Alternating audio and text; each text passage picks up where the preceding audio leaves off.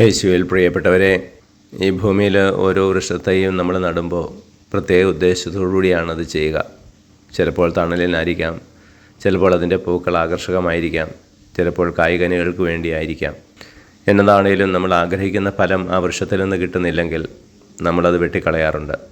വചനത്തിലൂടെ ഇന്ന് ഈശോ പറയുകയാണ്, വൃക്ഷങ്ങളുടെ വേരിന് കോടാലി വയ്ക്കപ്പെട്ട് കഴിഞ്ഞിരിക്കുന്നു. നമ്മൾ നല്ല ഫലങ്ങൾ നൽകുന്നില്ലെങ്കിൽ നമ്മളും വെട്ടി നശിപ്പിക്കപ്പെടാം. കാരണം നമ്മളും ഈ ഭൂമിയിൽ ദൈവത്താൽ നടപ്പെട്ട മരങ്ങളാണ്, വൃക്ഷങ്ങളാണ്.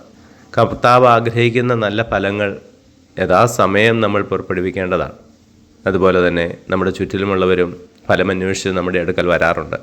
സ്നേഹത്തിൻ്റെ, നന്മയുടെ, ക്ഷമയുടെ, ഉപകാരത്തിൻ്റെ, ഔദാര്യത്തിൻ്റെയൊക്കെ നന്മകൾ, കാരുണ്യത്തിൻ്റെ നന്മകളാണ്, ഫലങ്ങളാണ് നമ്മൾ പുറപ്പെടുവിക്കേണ്ടത്. അത് നമുക്ക് പുറപ്പെടുവിക്കാൻ സാധിക്കുന്നില്ലെങ്കിൽ ദൈവം നമ്മുടെ ചുവടിന്, വേരിന് കോടാലി വെച്ച് നമ്മൾ നശിച്ചു പോയെന്ന് വരാം. അതുപോലെ തന്നെ ദൈവസ്നേഹം നമ്മളിലുണ്ടാകണം. ദൈവത്തോടുള്ള നിരന്തര ഭക്തിയിൽ നമ്മൾ ജീവിക്കണം. കാര്യങ്ങൾ സാധിച്ചതുകൊണ്ടല്ല, മറിച്ച് ദൈവത്തോടുള്ള സ്നേഹത്തെ പ്രതിയായിരിക്കണം നമ്മൾ ദൈവത്തെ അന്വേഷിക്കേണ്ടത്, ദൈവത്തിൻ്റെ പക്കൽ ഓടിയെത്തേണ്ടത്. ഇങ്ങനെ മനോഹരമായ നല്ല ഫലങ്ങൾ പുറപ്പെടുവിക്കുവാൻ നമുക്ക് സാധിക്കട്ടെ. ഞങ്ങളുടെ രക്ഷകനും നാഥനുമായ ഈശോയെ, ഞങ്ങളെല്ലാവരെയും അനുഗ്രഹിക്കുമാറാകണമേ, ഇപ്പോഴും എപ്പോഴും എന്നേക്കും. ആമേൻ.